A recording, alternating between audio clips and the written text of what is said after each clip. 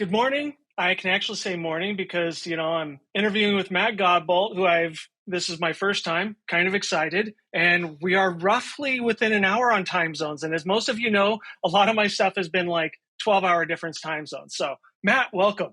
Thank you. Thank you so much for having me. And yeah, as you say, we are almost in the same time zone. So, I I have to say, my first time really getting to talk to you was last year at CPP on C. We got to hang out afterwards. Loved Very hearing your fond talk memories there. of sharing a beer and shooting the breeze and enjoying the sort of come down from the end of the conference. Oh my gosh, and it was a great conference, which of course, for people that aren't familiar, CPP Online is kind of the online follow up to that. So we got lots of great talks and Matt's back, which is why I was like, I have an excuse to interview Matt. So I appreciate you making time. No problem at all. So, I hope I've got anything interesting to say. I don't, so I know that your talk is going to be an update on Compiler Explorer, Mhm. right? As I'm understanding, which I have to say that's different though than what you did at CPP on C, because wasn't CPP on C more about the intricacies of the CPU? No, actually, no. It was is I'm actually going to be doing Oh, essentially just an update of that talk. So in the last 6 months or so, or however long it's been since that, we've added even more features, and so it will be an updated version of that talk. And I love talking about CPUs. That's one of my favorite things to do. But this time round, it was Compiler Explorer. but the thing that's interesting about that, like, you've done more talks than I have. And I was looking because I think your first talk was like 2014 at GoTo. Wow, Do you you have have one done your before homework. that? Yes, that was my incredibly nervous me trembling on stage, giving a presentation on the internals of the x86. Yeah.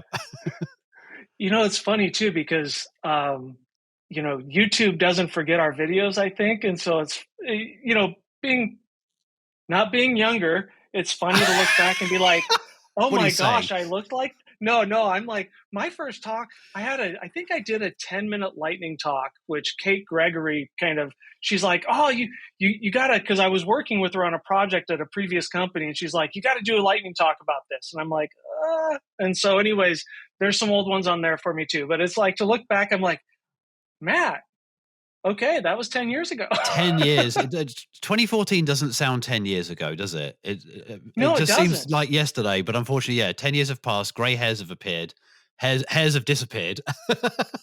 Yeah. No comment. I'm not I'm talking about myself here.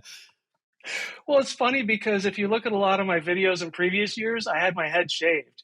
And then I don't know what it was, but this year I decided to grow my hair out. And it was like this epiphany. I'm like, oh wow, yeah, that's actually gone away a bit. This is what happens when you change versions in C++. I'm just That's saying, right. Every time, every 3 years, a new version of C++, and another half a dozen or more gray hairs and receding hairline. So, but to that, I mean, how long have you been programming in C++? That's an interesting question. So I when did I first start in C++? Probably in 96, 97 ish. It was the end of Hmm. university for me. My Okay, degree was not a computer science degree. I was doing a physics degree. So I was doing Fortran if I was doing anything for my actual degree. My gotcha. background had always been games. And so I'd been more interested, and I'd grown up through writing assembly for, the Z80 and the 6502 to write, Okay, video yep, games when I was a teenager. And then begrudgingly, when I got to university, I realized like it wasn't scalable to continue writing everything in assembly, especially when the machines were, this one's an IRIX machine, this one's some right. Sun workstation you've got access to, or maybe shouldn't have access to, but a friend of yours, lends you an account. Those were different times. And so suddenly you're like, well, I don't want to keep having to rewrite everything. So I suppose I should learn this sort of awful macro assembler thing called C. And so I learned C begrudgingly. And at that time, and maybe this is foreshadowing a little bit about what happened down the line, you could look at the C code and you could kind of imagine the exact assembly code that it boiled down Right. to, especially given the sophistication of compilers back then. So that was sort of like 94, 95 when I was at uni. And then towards the end of university, there was this beginnings, this bubbling around my friends who were doing computer science of C++. And so I picked it up then. And then I guess, by the late 90s, I accepted that as like the way forward. I was working then for a games company, and C++ was available to us. Although a lot of the code base was still in essentially just C.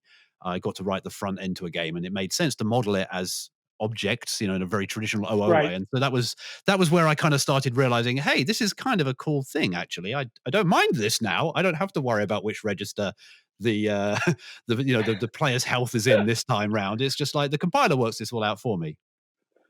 That's cool. It's kind of funny because I think I started C++. Turbo C was my first C++ compiler a long time ago. But my first major project was in C++ Builder, which is now Yes, Embarcadero. Embarcadero, right? And I unfortunately, or fortunately, however you I don't dislike Embarcadero, but it was interesting because I moved from Embarcadero to MFC, and I remembered reading in a Microsoft book once that was trying to teach MFC that I swear, if I recall it, there was a couple lines in a paragraph that's like, "This is inherently difficult, which will ensure your job security." And I need to find that Oh, book so I can. ow, that has not aged well. I mean, it's not to say that some people don't still think that way, but I think, certainly among the conference going community, this is not how we think about the world anymore. No, it is not. But it's interesting because when I looked at how the VCL with like Embarcadero or what was Borland back then, it was very much like C++ on a visual basic interface. Right. By comparison, when you made a GUI in MFC, it was all message based and macro based, and I still end up looking and working on that code from time to time for a company, and uh I enjoy the product that comes out of it, but I'm not saying I enjoy MFC anymore. But it's No, still no, quite. MFC was a particularly interesting point in our sort of development how to model the world using the tools that were available back then, and it did a right. really good job, I thought. But I had a book on my desk at work that was 3 or 4 inches thick. That was like Yes. MFC the easy bits or something. Like some really like cut down thing. It's like it was so vast. And then the Yes. Embarcadero world was like the compile times were almost instantaneous. Everything was Yeah. just there. They really it was developer first. And that's not to say that Microsoft and certainly Visual Studio was not an excellent product, but like it was a Absolutely. full C++ optimizing compiler with all the trimmings, and it had a lot of work to do. And that meant it was a little bit more Technical. Well, so I technical say and technical, like you slower. really, yeah. Slower is what I'm thinking from turnaround time. I remember like long build times and all that. Yes, Um, that too. which again is another sort of like factor. I think we as C++ programmers sort of begrudgingly accept the slow build time, and I don't know that it has to be that way, but that's perhaps a whole other conversation. But again, every now and then someone will say, how do you get the compilers to run so fast on like Compiler Explorer? And I'm like, well, because if you Yeah. don't give them very much to do, they're really really really fast. Yes. And it's funny you say that because even for the work that I do, so I process credit cards. We deal with the terminal. So when you swipe your card, the terminal talks to stuff that I write. But the way we do that is I we thought you were have, about to say that you do it. I was going to say that keeps you busy. Every every time, individual one. got a big list. Open book 7. Matt's, oh yeah, he's good for it. Yeah.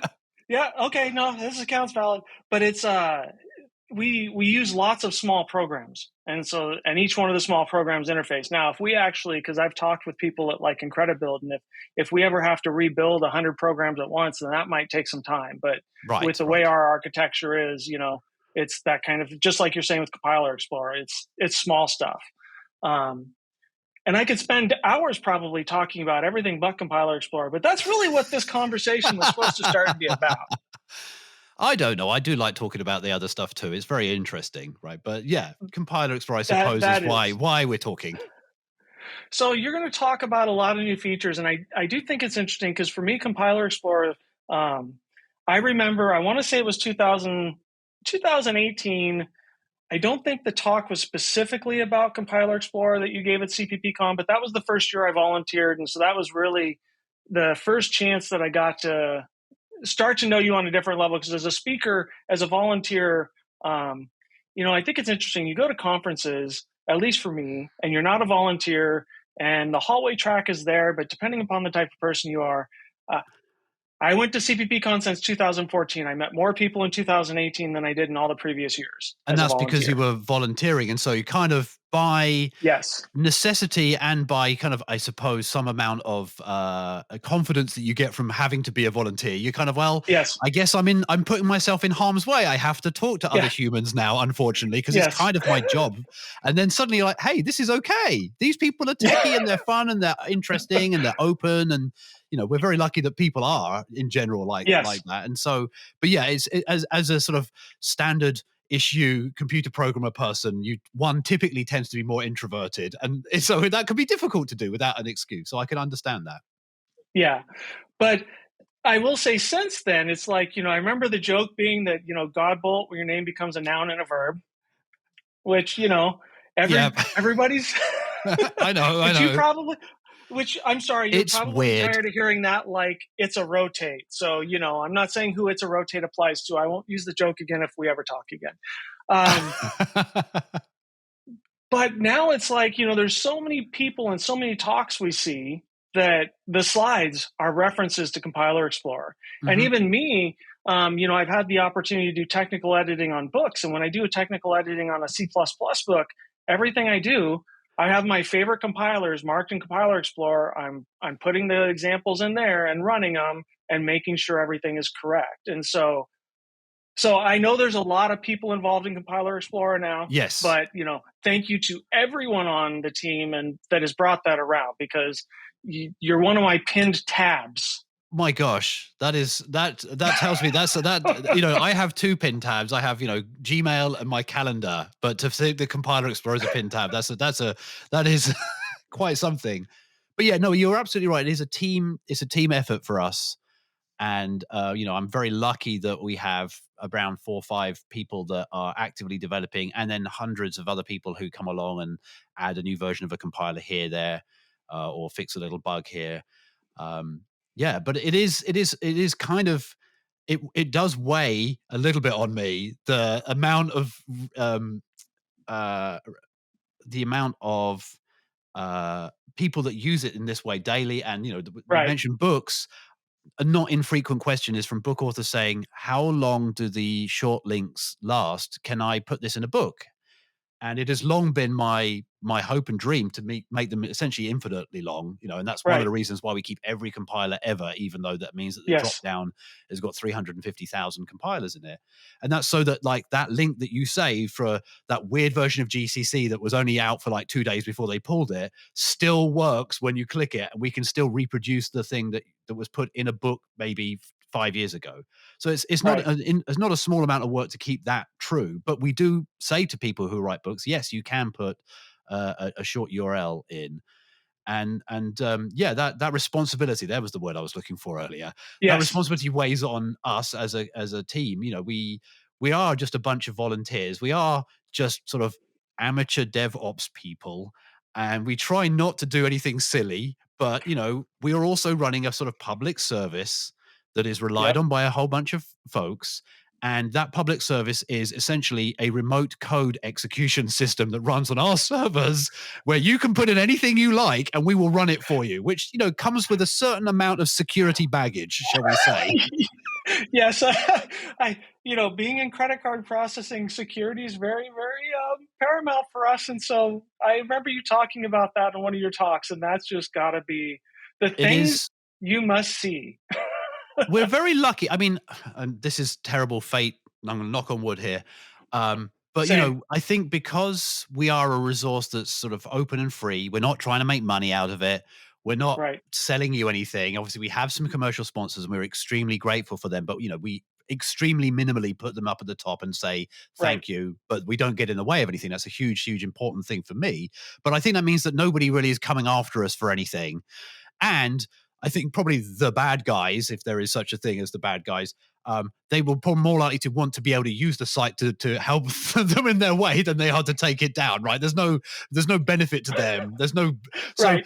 we're not a target in that respect. At least that's what I tell myself, because we try hard to make it as secure as possible, but we are only a bunch of amateurs, and thankfully we have got some friends and acquaintances who are more in the security world, and we can ask them to like poke around it. But occasionally people find issues, and they're good Yep. enough that they will email me and say, hey, think you should know there's an issue with the site, you can do this thing with it. And I, oh, whoops. And I'm pretty good about disclosing when that happens. I do let people know. Again, knocking on Right. wood, we've never had anything where I feel that anybody's uh like important information has been leaked. Right. At the worst, people could take over one of my machines and like use it for Bitcoin mining, and that's like, well, that's unfortunate, but that's not the end of the world. The thing that worries me, that keeps me up at night, is people.